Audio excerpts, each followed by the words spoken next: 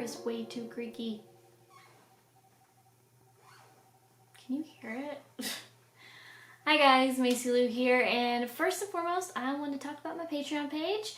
I've got a link right here, and if you guys are interested in any video editing tutorials, you might want to jump on the bandwagon of being a supporter on my Patreon page.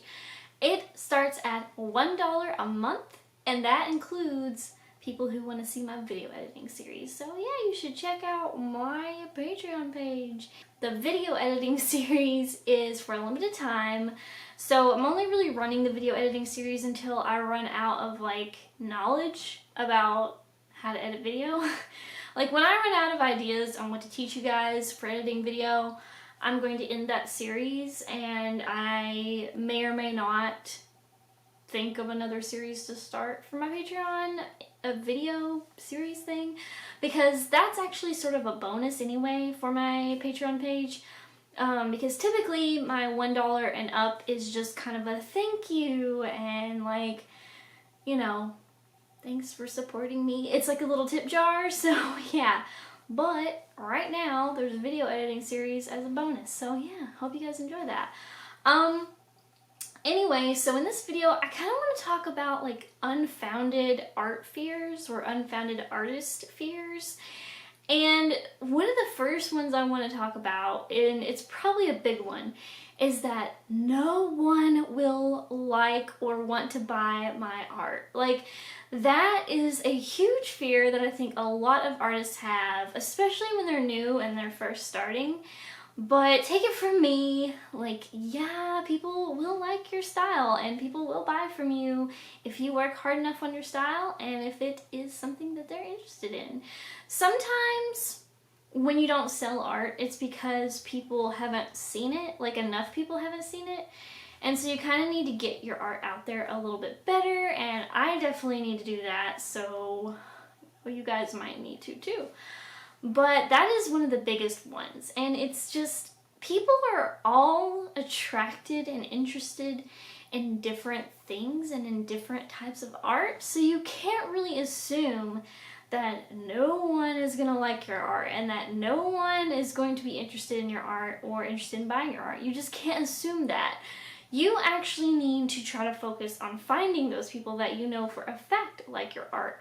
So first off, maybe you should start off with like who you already know likes your art, even if it's one person. Is there one person that likes your art right now? Find out a little bit more about them if you're able to. Find out like their age, their gender, find out what other hobbies they have, what other interests they have, and maybe you can kind of gauge why they're into your art, and maybe that can help you find other people to grow your audience, to grow your fan base. So that's the first fear. I think the second fear is probably unwanted criticism. I know I talked about this a little bit in a video recently, but I think unwanted criticism and non-constructive criticism particularly, I can't talk today, guys. It's a problem.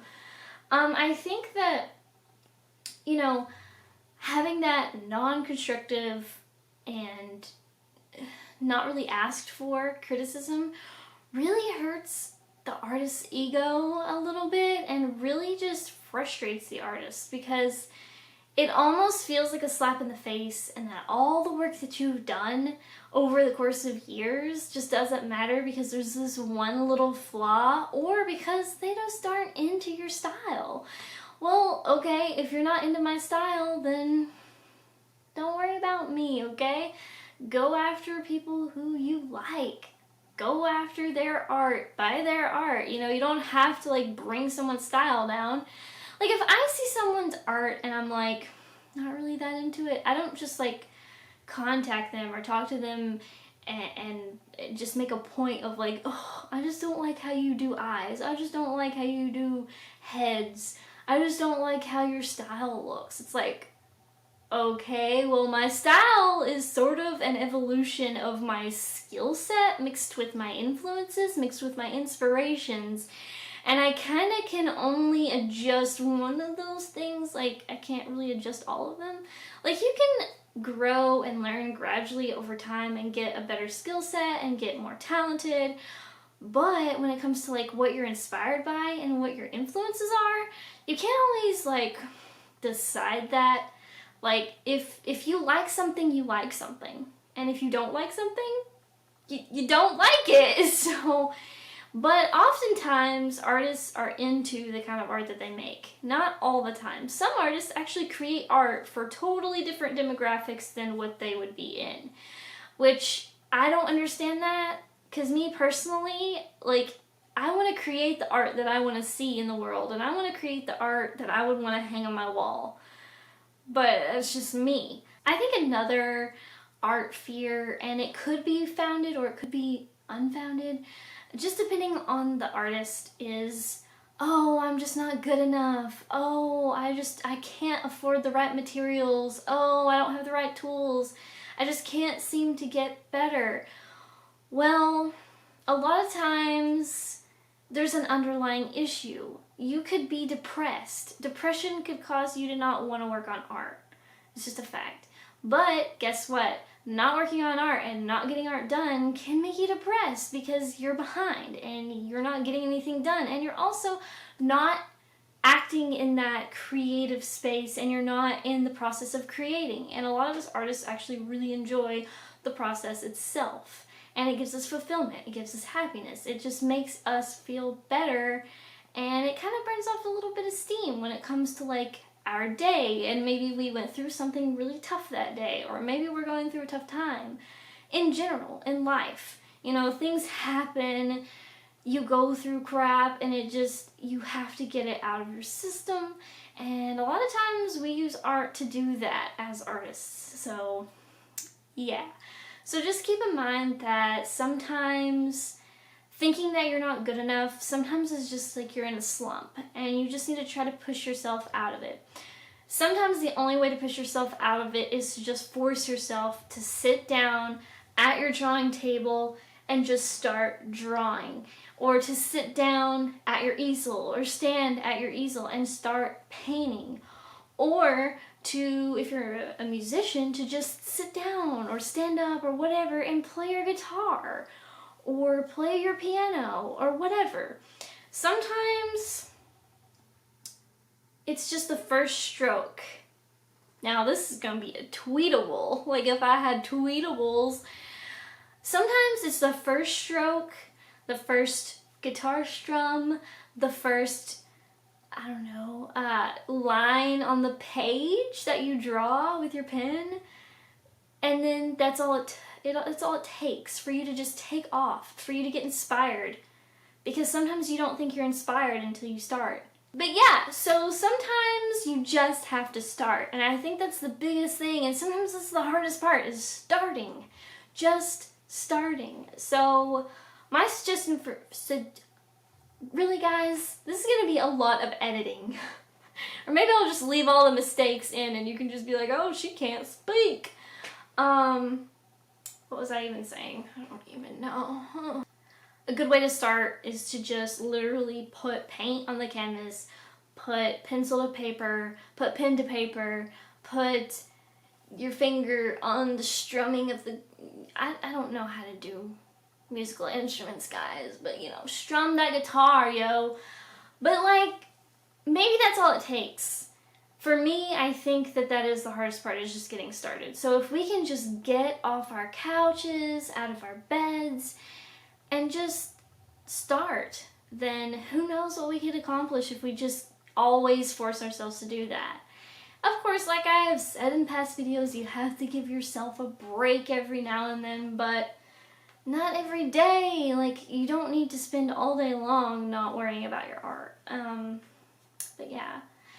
And I think another unfounded art fear is probably the fear that you're going to just waste away and you're not going to be famous until you're dead. And I just don't, in this day and age with the way social media is, I don't think that that's really a thing anymore. I think that we can get out there, and of course, it's at all kinds of different levels. Like, let's say you reach 900 people.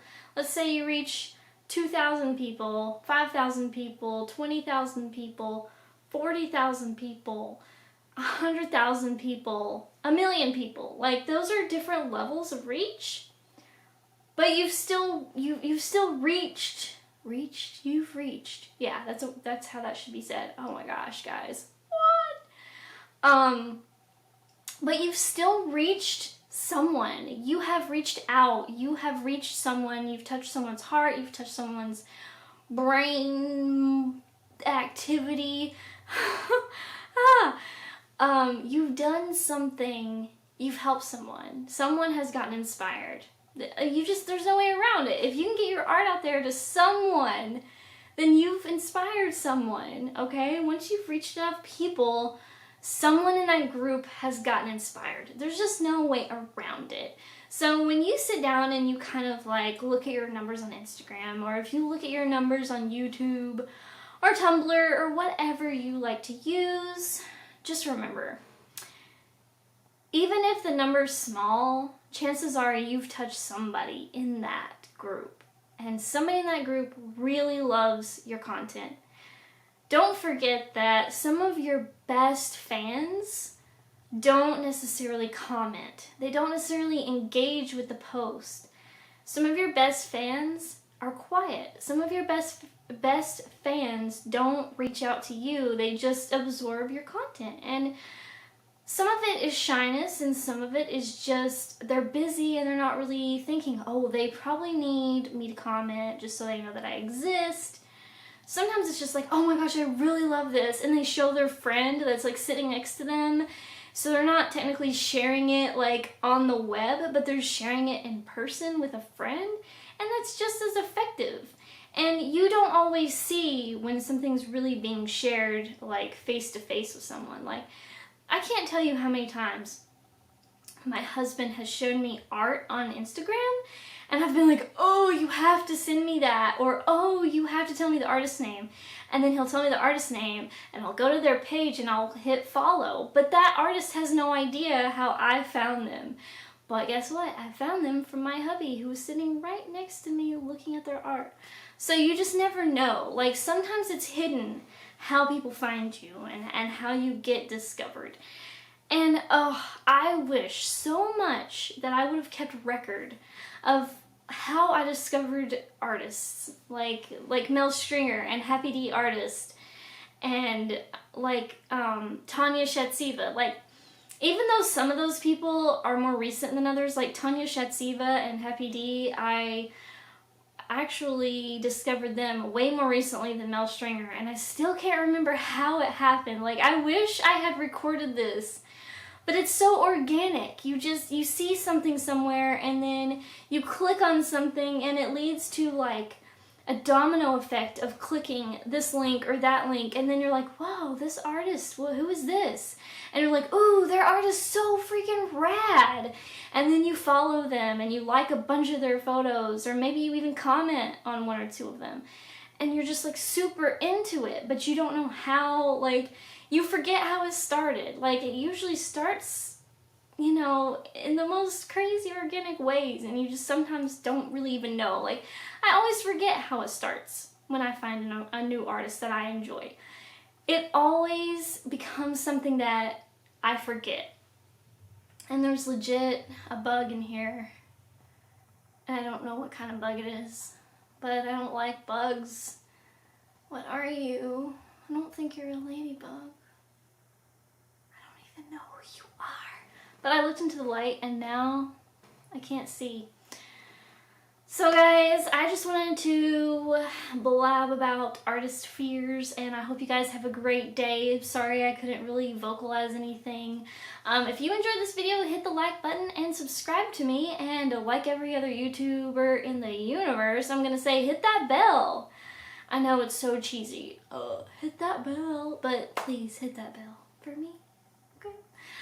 That way you will get a notification on your lock screen that I have uploaded a new video. That way you won't miss my videos. I feel like my videos are getting like lower views, and I think it has something to do with that freaking bell and how people aren't clicking it. I don't know how it works, but I've heard things that are bad going on with people not seeing people's videos. So if you don't want to miss out on my channel, don't forget to hit the bell. Thank you so much for subscribing and liking and watching and commenting. And I love you guys so much. Don't forget to follow me on social media, like my Facebook page, Maceylou Art, and have a great day. Mwah. Bye.